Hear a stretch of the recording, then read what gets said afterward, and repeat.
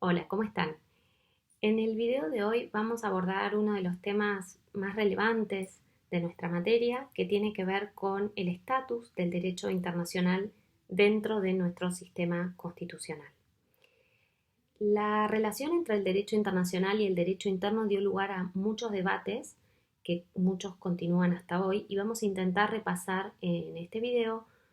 cuáles han sido los principales problemas que ha generado este tema y cuáles han sido las soluciones propuestas.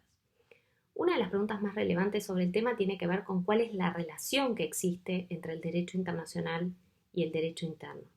Y sobre esto se han ofrecido al menos dos posturas muy claras. Una dualista, que considera que el derecho internacional y el derecho interno son dos esferas separadas que rigen cuestiones distintas. El derecho internacional, para esta postura, es un conjunto de reglas y principios que rige las relaciones entre los estados y las obligaciones internacionales en el ámbito internacional. Mientras que el derecho interno es ese conjunto de reglas y principios que rigen las relaciones entre el Estado y los ciudadanos a nivel interno.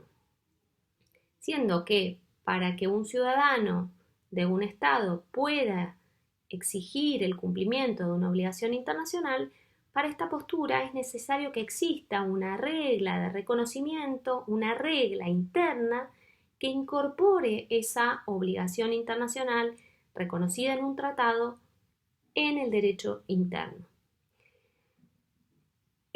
Por otra parte, la postura monista establece que si bien el derecho internacional y el derecho interno rigen en ámbitos separados, en realidad son una única cosa y que de ninguna manera se exige una regla de incorporación del tratado internacional al derecho interno, sino que con su mera vigencia en el ámbito internacional ya es exigible en el ámbito interno, en el caso de los derechos humanos, por parte de los ciudadanos que pretendan que ese derecho les sea garantizado. En nuestro país hubo un profuso debate, tanto a nivel jurisprudencial como doctrinario, que se fue, que fue disminuyendo, sobre todo a partir de la reforma del 94, que adopta una postura monista en el sentido de que es la propia Constitución la que reconoce la incorporación a nuestro derecho interno de los tratados internacionales de derechos humanos, y no solo eso, sino que, como vamos a ver más adelante, los dotó de jerarquía constitucional. Respecto a otras preguntas que han surgido en referencia al tema del derecho internacional y el derecho interno, vamos a ver que una de las principales cuestiones debatidas tiene que ver con la jerarquía que existe entre el derecho interno y entre el derecho internacional, y hay distintos argumentos que avalan una u otra postura. En nuestro país eso ha sido abordado por la Corte Suprema de Justicia de la Nación, y hay una clara diferencia entre la situación previa a la reforma del 94 y posterior a la reforma del 94, y vamos a tratar de repasar esa historia jurisprudencial. Ustedes saben que una norma relevante para definir la cuestión de la jerarquía es el artículo 31, que ya hemos visto cuando hemos visto el principio de supremacía constitucional. El propio artículo 31 de nuestra Constitución establece que esta Constitución, las leyes de la nación que en su consecuencia se dicten y los tratados internacionales son ley suprema de la nación, ¿no? Esta fórmula que utiliza el artículo 31 despeja muchas dudas y establece, sí, que una norma de inferior jerarquía que colisione con alguno de esos tres instrumentos o con los tres será declarada inconstitucional, como ya hemos visto en la clase de control constitucional, pero no establece claramente, o al menos expresamente,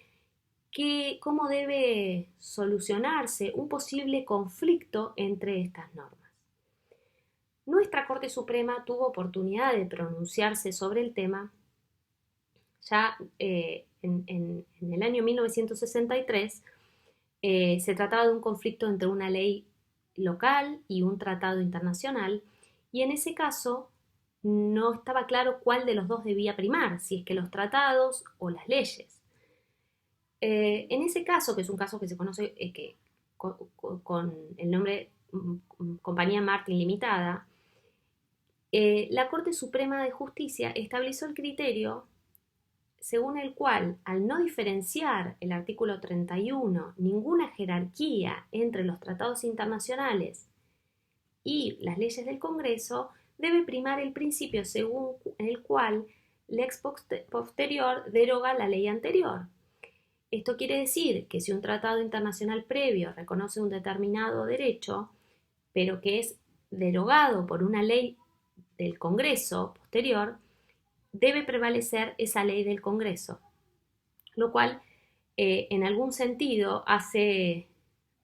bastante dificultoso la vigencia de los tratados internacionales, porque una simple ley del Congreso puede dejarlos sin efecto según esa vieja doctrina de la Corte en Martin Compañía Limitada. Esa jurisprudencia fue repetida en algunos casos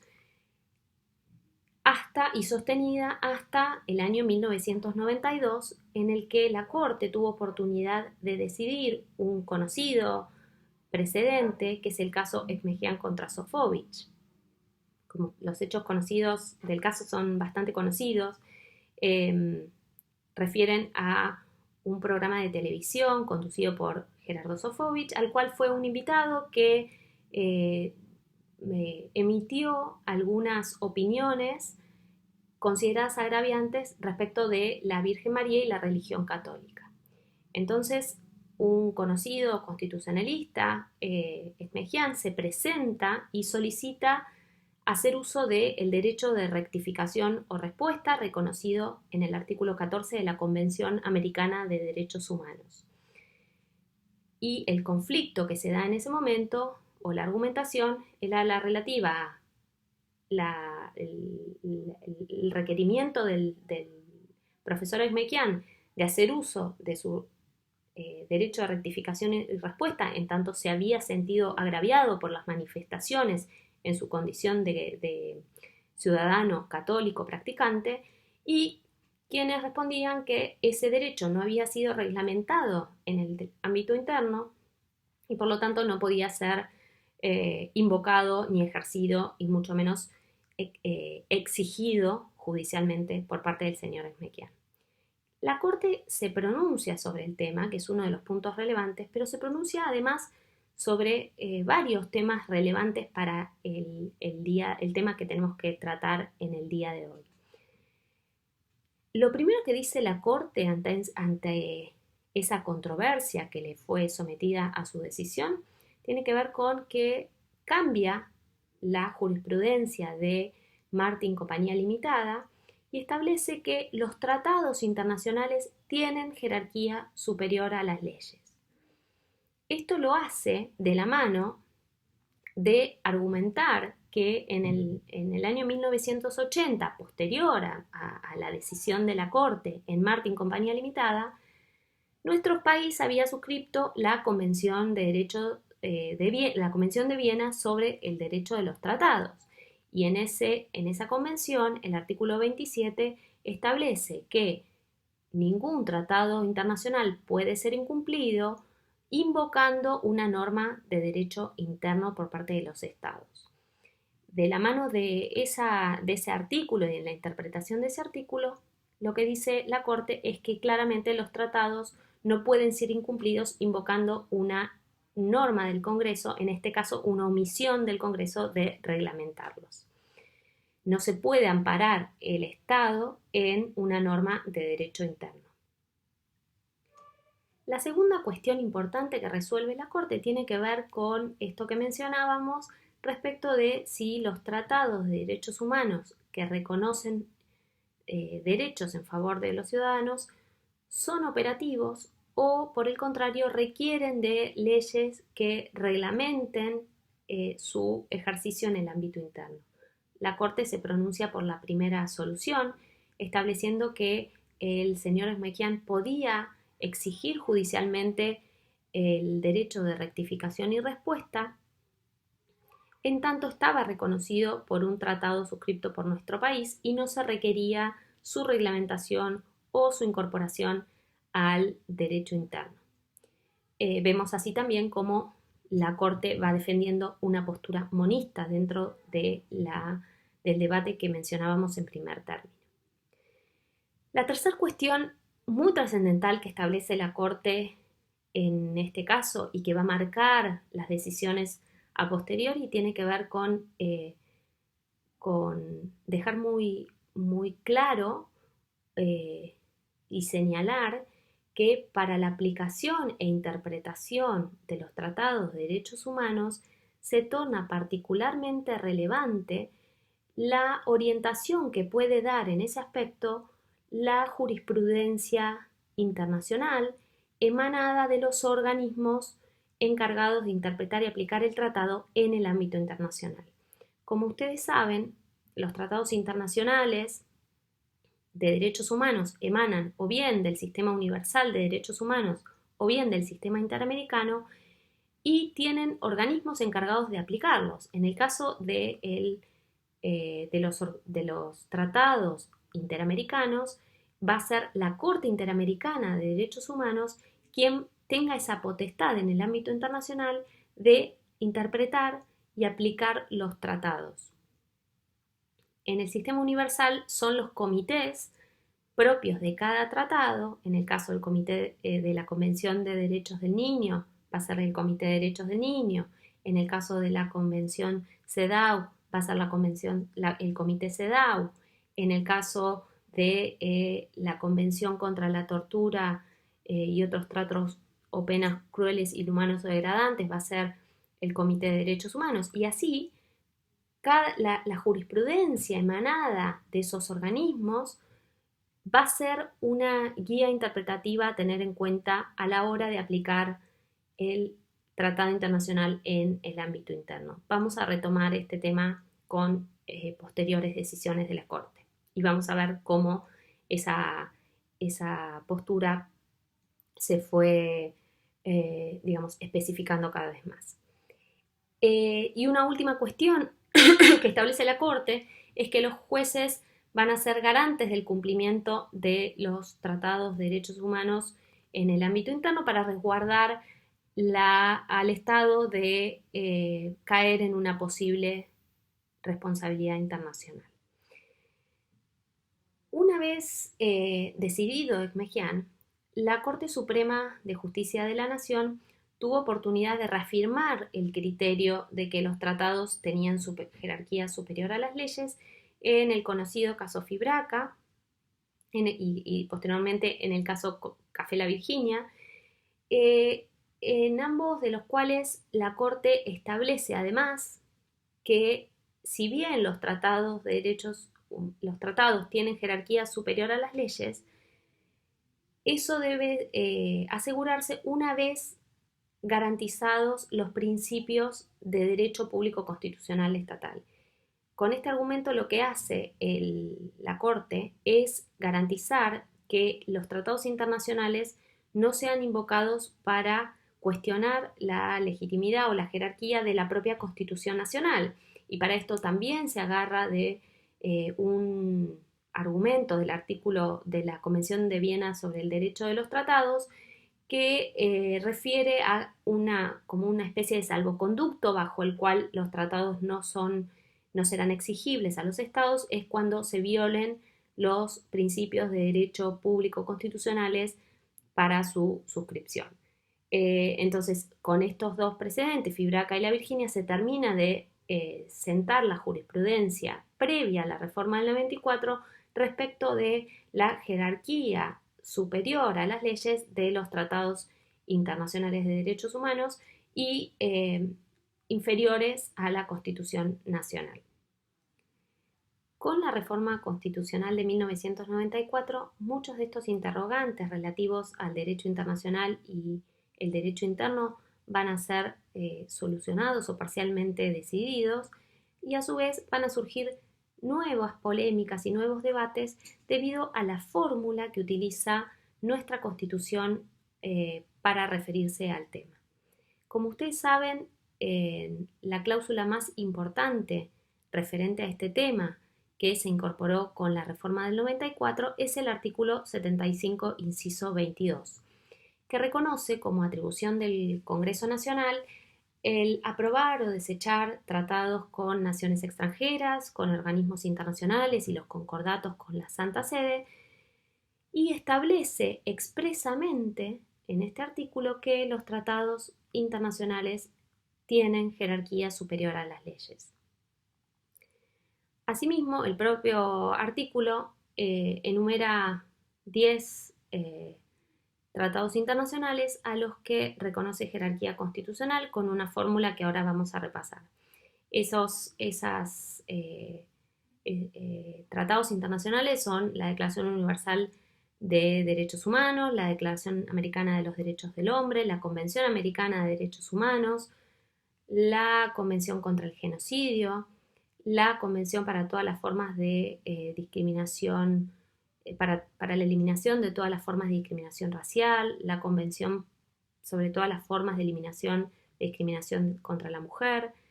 la Convención contra la tortura y otros tratos crueles, inhumanos y degradantes,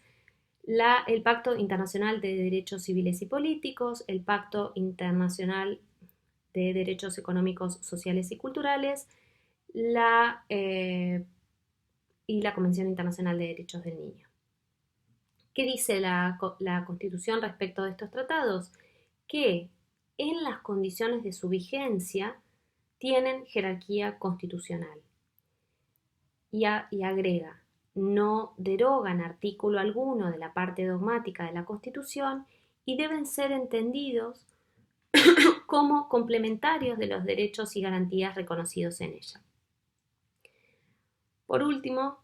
el propio artículo 75, inciso 22, establece un procedimiento de denuncia de estos tratados que establece que solo podrán ser denunciados por el Poder Ejecutivo y aprobados por unas 2/3 partes del total de los miembros de ambas cámaras del Congreso, y un procedimiento que ya hemos mencionado cuando hemos visto reforma constitucional, que refiere a el procedimiento para dotar de jerarquía constitucional por parte del Congreso a los tratados una vez que han sido suscriptos por nuestro país mediante el acuerdo de 2/3 partes del total de los miembros de cada cámara. Posteriormente a la reforma, este procedimiento específico para dotar de jerarquía constitucional a otros tratados de los ya mencionados en el 75-22 fue utilizado en 3 oportunidades. Uno para dotar de jerarquía constitucional a la Convención para la imprescriptibilidad de los delitos de lesa humanidad. Otra para incorporar la Convención Interamericana sobre Desaparición Forzada de Personas, y por último para dotar de jerarquía constitucional a la Convención sobre los Derechos de Personas con Discapacidad. Ahora bien, decíamos que esta fórmula utilizada por el artículo 75, inciso 22, dio lugar a muchos debates sobre el tema. ¿Dónde han residido los mayores debates? Uno tiene que ver con esta fórmula utilizada por el artículo 75-22, que establece que los tratados de derechos humanos con jerarquía constitucional no derogan artículo alguno de nuestra Constitución y deben, de la parte dogmática de nuestra Constitución, y deben ser entendidos como complementarios a ella. ¿Qué quiere decir esto? Este debate ya se dio en el seno de la Convención Constituyente y había en ese momento 2 posturas, una clara que decía que en caso de alguna colisión entre el Tratado de Derechos Humanos y la parte dogmática de la Constitución, debía siempre prevalecer la primera, y una segunda postura que establecía que en realidad debía interpretarse en el caso concreto esa colisión y debía resolverse mediante la aplicación del principio pro homine, que postula la posición o la decisión que sea más favorable en el caso concreto al reconocimiento del derecho de quien lo invoca. Entonces no va a haber una respuesta única, sino que va a verse en el caso concreto si prima el tratado o prima la parte dogmática de la Constitución, según sea cuál reconoce más fuertemente, más robustamente el derecho en juego. Una vez sancionada la reforma del 94, nuestra Corte Suprema de Justicia de la Nación tuvo oportunidad de expedirse sobre este tema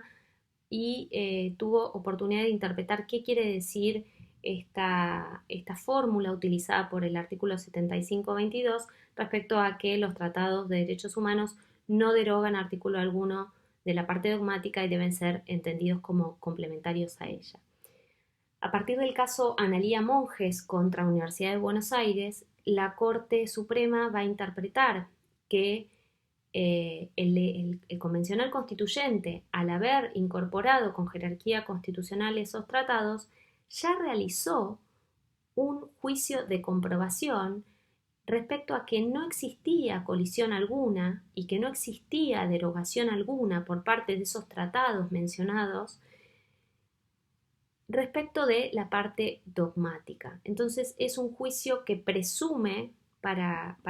la decisión de la Corte, presume que el convencional constituyente ya hizo esa comprobación de falta de colisión entre el Tratado de Derechos Humanos incorporado y la parte dogmática de la Constitución. Esta postura fue adoptada con la disidencia de los doctores Fait y Belluccio, que van a reiterar su postura disidente en posteriores pronunciamientos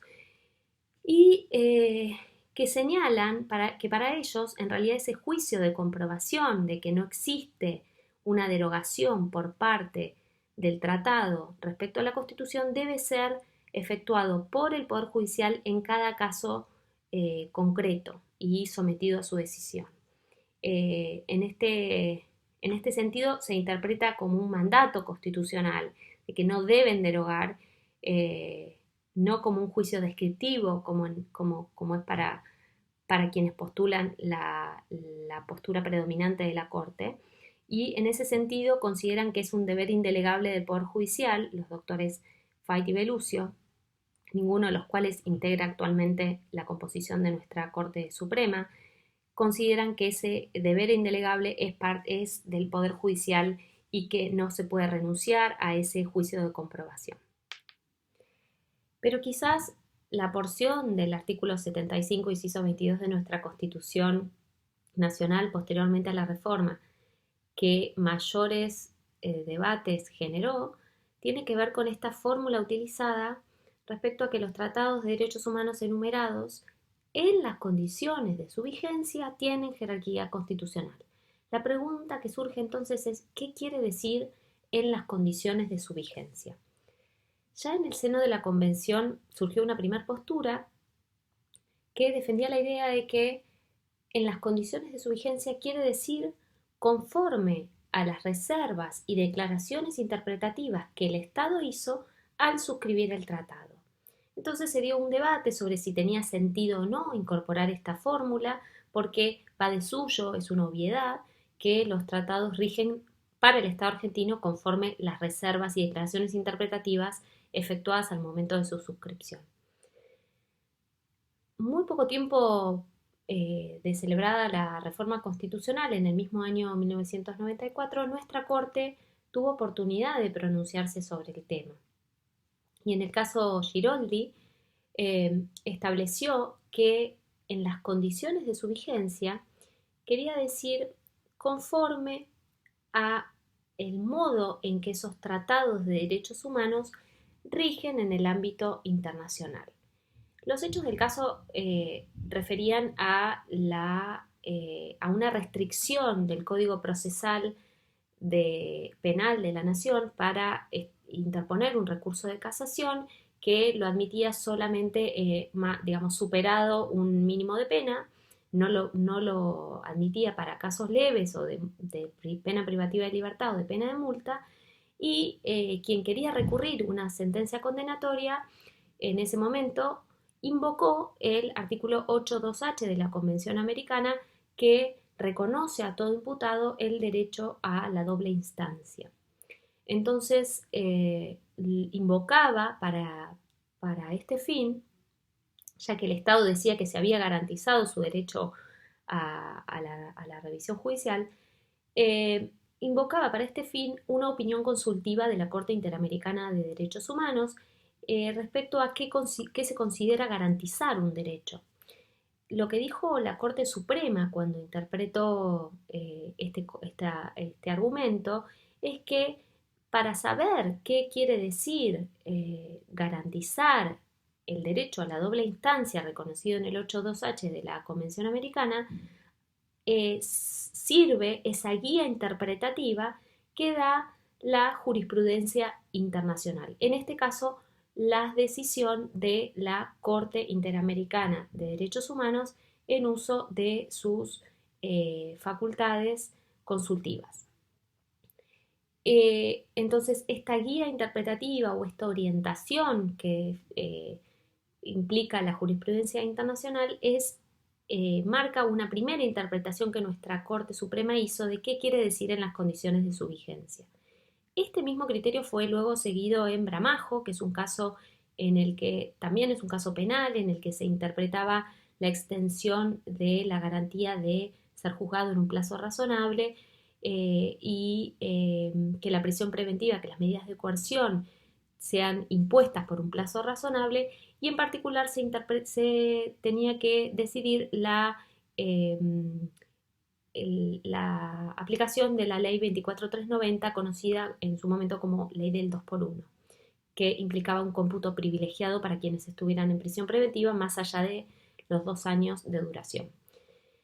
En ese caso, la Corte volvió a reiterar este criterio según el cual la jurisprudencia emanada de la Corte Interamericana sirve como guía orientativa, como guía interpretativa para la vigencia de los derechos humanos en el derecho interno. A partir del 2004 se da un giro en esta interpretación de la Corte y en esta jurisprudencia de la Corte a partir del conocido caso Arancibia Clavel,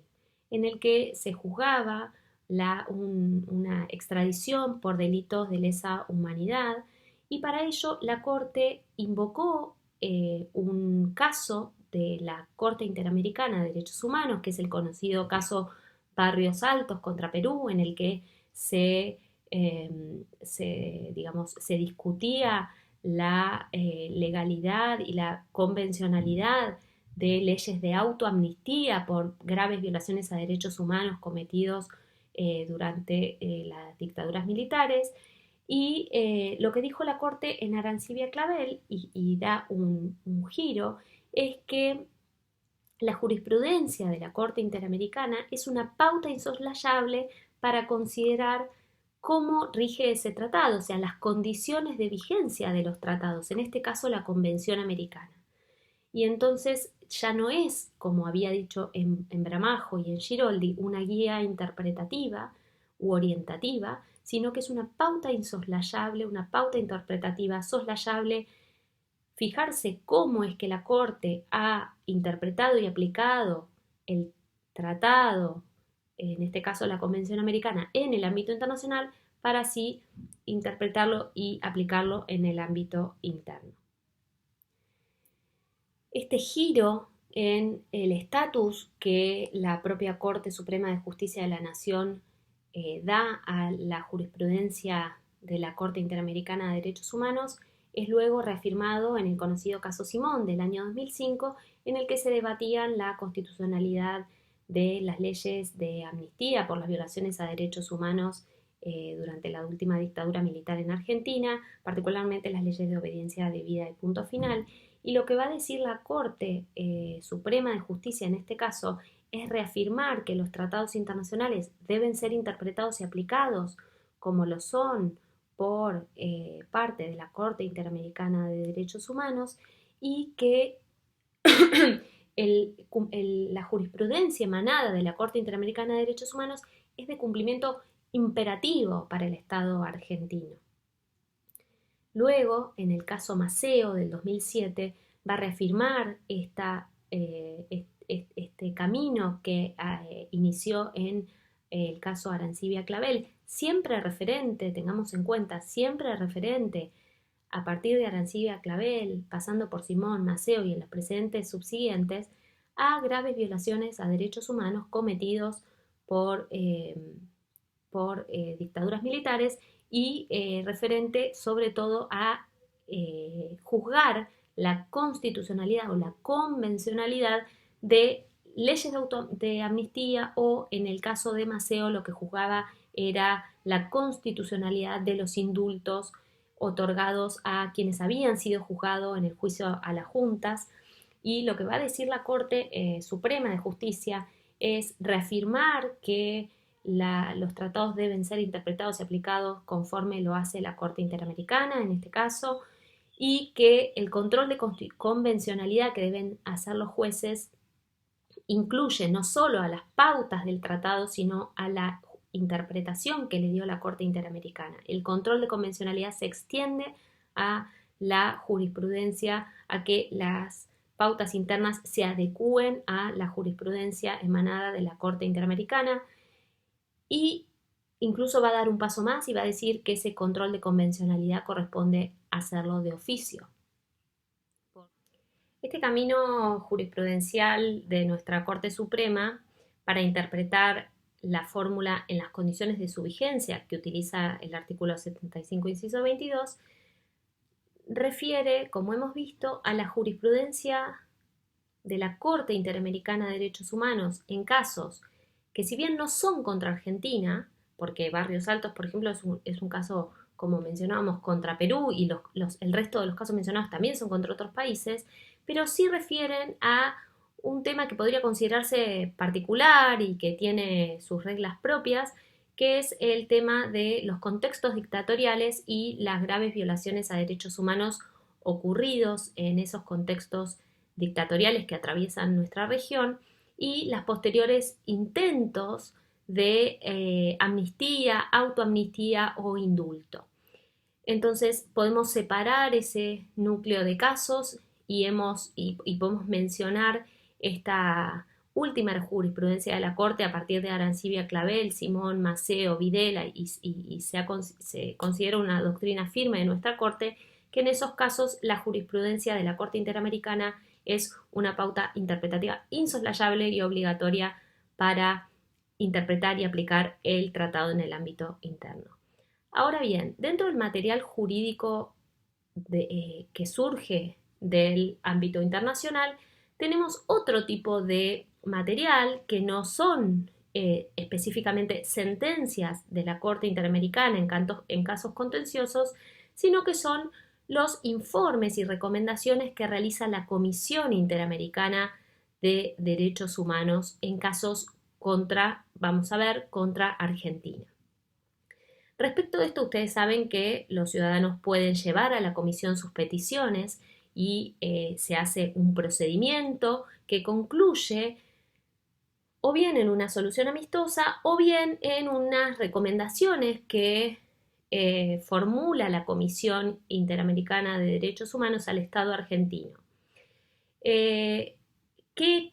estatus jurídico tienen esas recomendaciones? ¿Son igualmente obligatorias como es la jurisprudencia emanada de la Corte, o tienen otro carácter? Bien, la Corte Suprema de Justicia de la Nación también sobre este tema tiene al menos dos etapas claramente diferenciadas. Una primera etapa que se inicia con el caso Acosta del 98 y Felicetti, en el que reitera esta doctrina del caso 2000, son dos casos referentes a personas que habían sido condenadas por los levantamientos en la Tablada y pretendían que esa condena, que había quedado firme en el ámbito interno, fuera dejada sin efecto, invocando una pauta de la Convención Americana de Derechos Humanos y las recomendaciones particularmente que la CID, que la Comisión Interamericana de Derechos Humanos, le hizo al Estado argentino en las peticiones que llevaron Acosta y Felicetti al sistema interamericano. En esa oportunidad, cuando Acosta y Felicetti intentan que esas recomendaciones sean cumplidas por el Estado argentino, la Corte dice que si bien las recomendaciones de la Comisión Interamericana eh, deben ser tenidas en cuenta por el Estado argentino y el Estado argentino tiene que hacer sus mejores esfuerzos por darle cumplimiento, así dice, mejores esfuerzos por darle cumplimiento,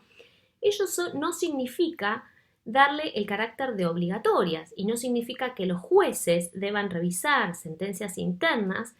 en función de esas recomendaciones dadas por la comisión. Esa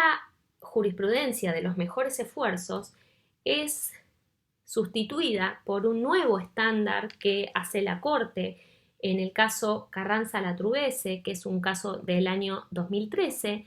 y que se trataba de un juez de Chubut que había sido, digamos,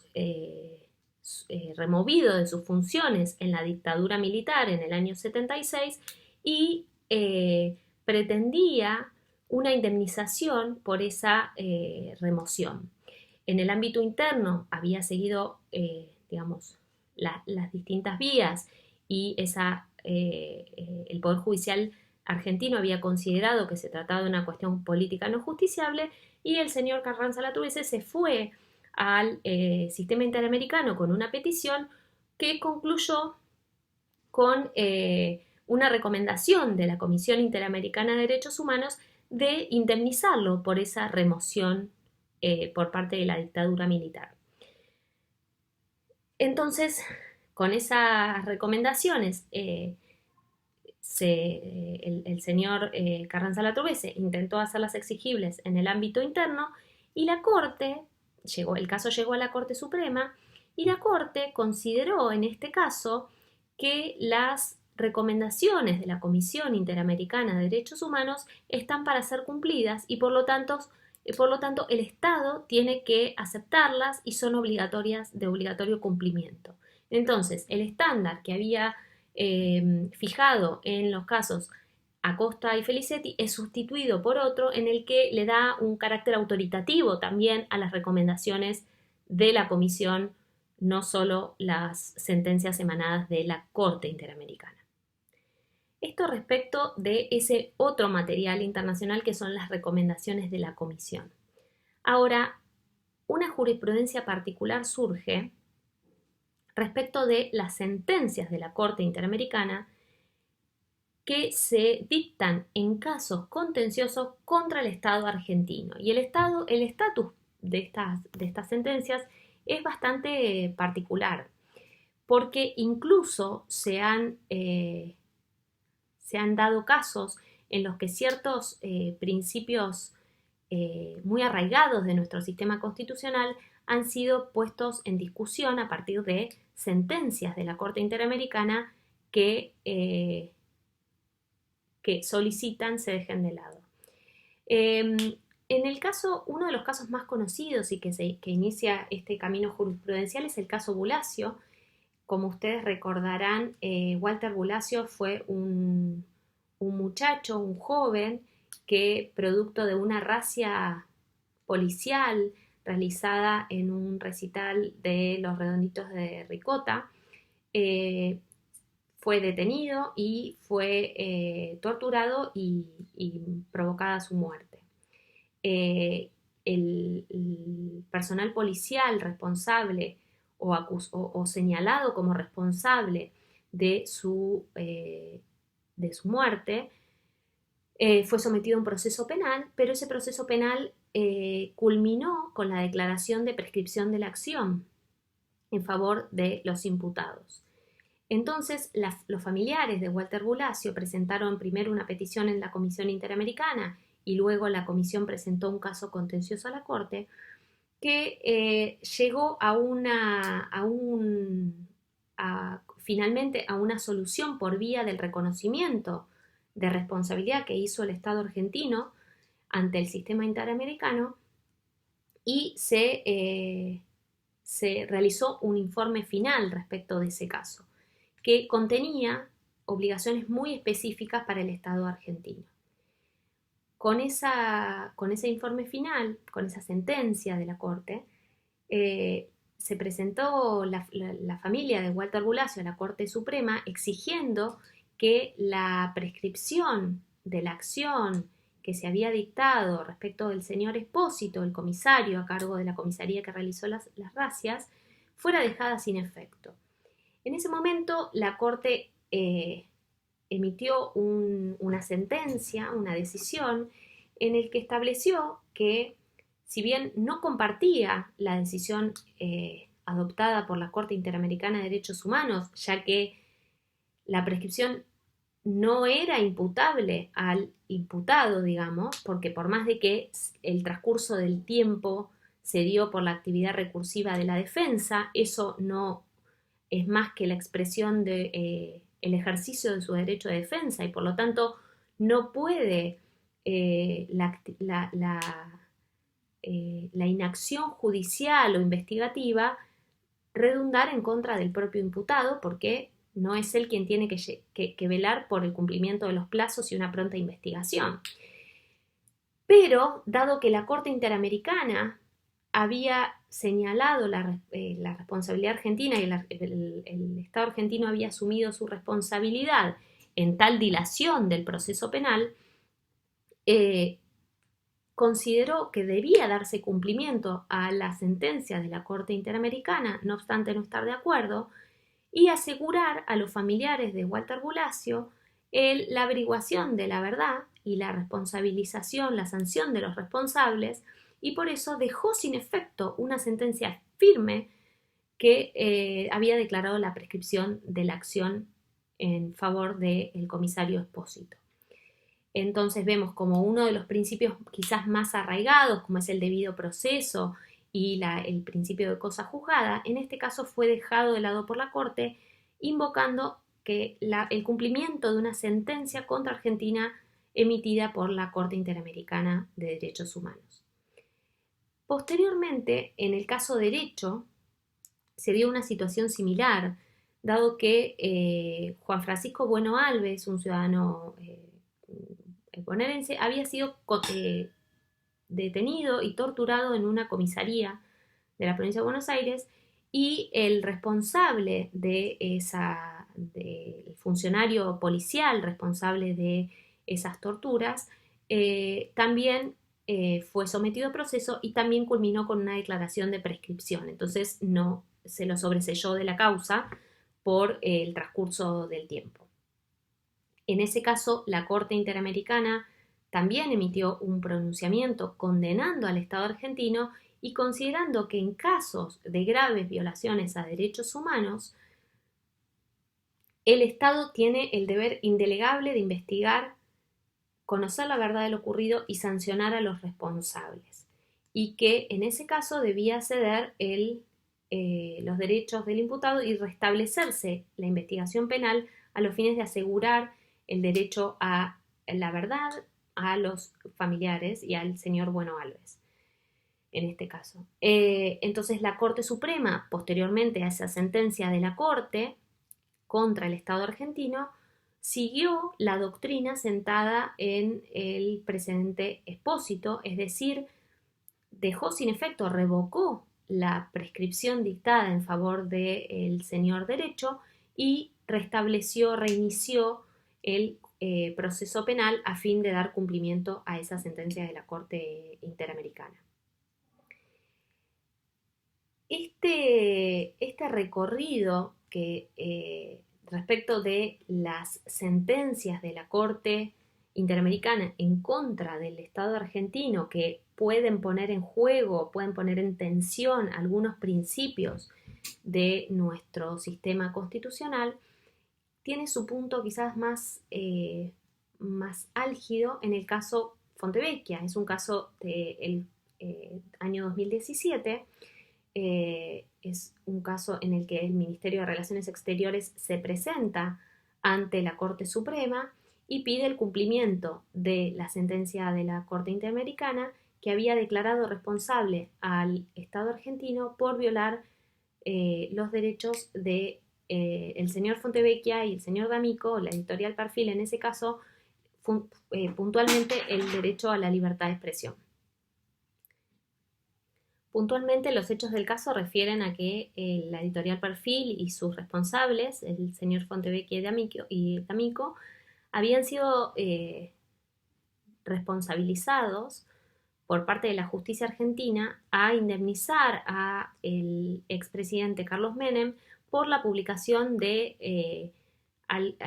ciertos hechos vinculados a su vida personal que, según la invocación de los periodistas, estaba protegido por el derecho a la libertad de expresión y particularmente por la doctrina del interés público respecto de los funcionarios públicos y de la cuestión en juego. Ante la justicia argentina, esa condena a indemnizar al doctor Menem quedó firme y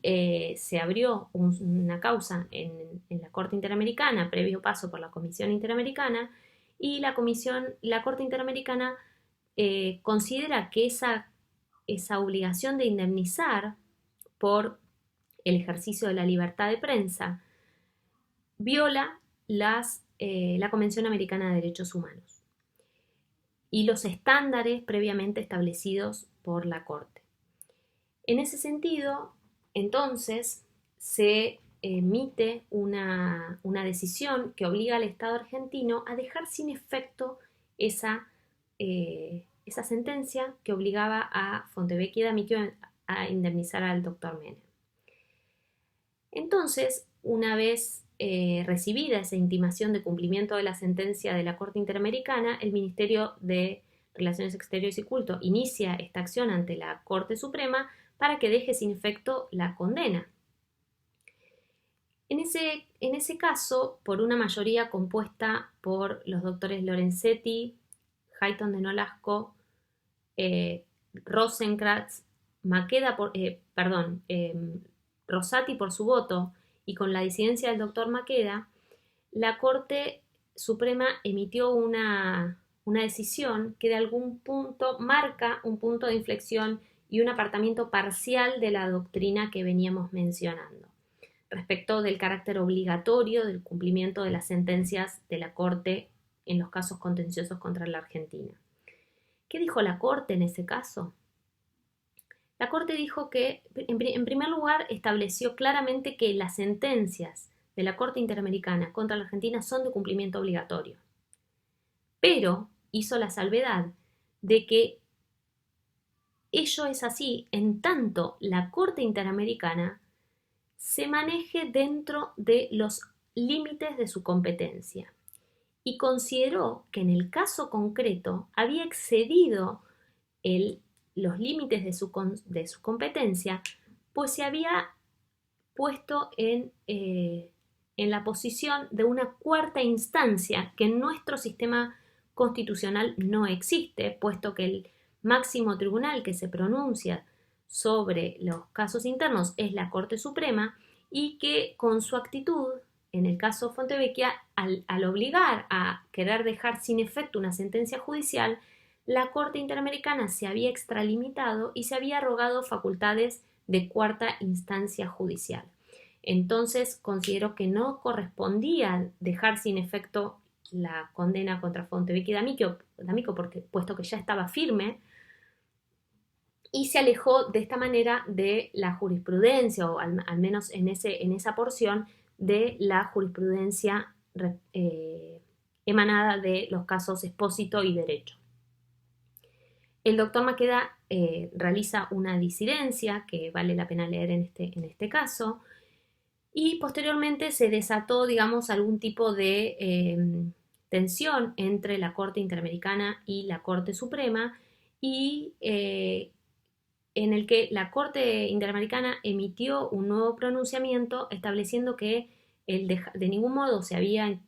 extralimitado, en primer lugar porque la primera intérprete del ámbito de su competencia es la propia Corte Interamericana y no iba a recibir,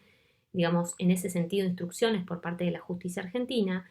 y segundo, que había de alguna manera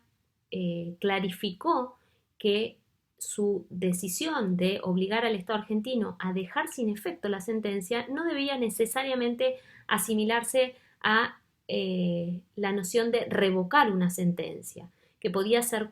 cumplida por el Estado argentino de la manera que mejor entienda, que por ejemplo podría ser removida de los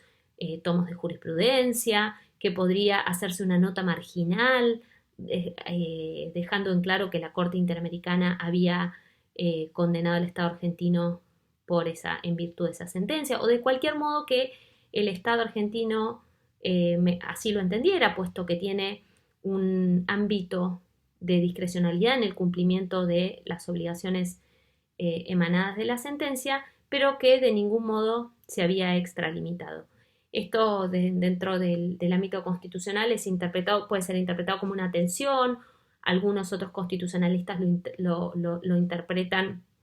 quizás más en el lenguaje del voto del doctor Rosati, como un diálogo entre las dos cortes y que consideran que este diálogo es provechoso, es un ámbito constructivo de diálogo entre esos dos organismos en el ámbito de sus competencias. Cierto es que seguramente la cuestión no esté del todo cerrada y que seguramente nos encontremos con una clarificación o una rectificación, ya sea de la doctrina sentada en Fontevecchia, que quizás resultó bastante desconcertante o un cambio de rumbo bastante claro en relación a los casos Expósito y Derecho. Bueno, con esto vamos a concluir el tema por el día de hoy y seguramente vamos a retomar con una profundización de los casos en el encuentro por Zoom.